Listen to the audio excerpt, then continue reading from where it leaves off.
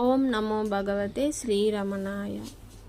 దర్శనాత్ చిదంబరం. చిదంబరం దర్శిస్తే మోక్షం వస్తుంది అని అంటారు. అది ఏ విధంగా ఇప్పుడు తెలుసుకుందాం. మానవ జన్మ అతి దుర్లభం అని అంటారు.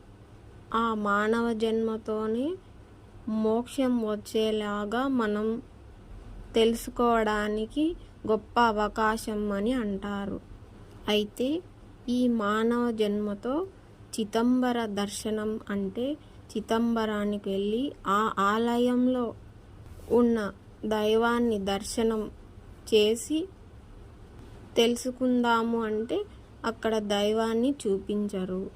ఎందుకంటే అక్కడ ఖాళీ ప్లేస్ ఉంటుంది. ఒక్కసారి అలా తెర తీసి వేస్తారు అంతే. అక్కడ ఖాళీ ప్లేస్ మాత్రమే ఉంటుంది.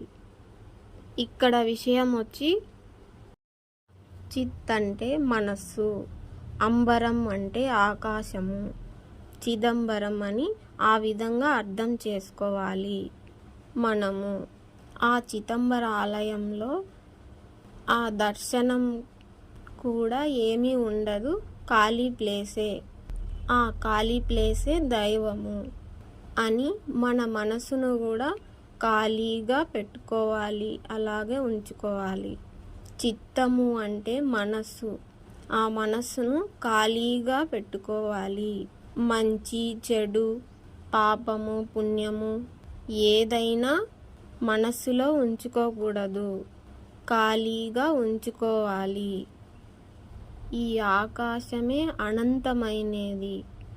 ఆ అనంత ఆకాశమే మనలో ఉన్నది. లోపల బయట అంతా తానై ఉన్నది. ఆ ఆకాశాన్ని మనలో శుద్ధిగా ఉంచుకోవాలి. శుద్ధిగా అంటే చిదాకాశము. చిదాకాశము అంటే మన మనస్సును శుద్ధిగా స్వచ్ఛంగా ఉంచుకోవాలి.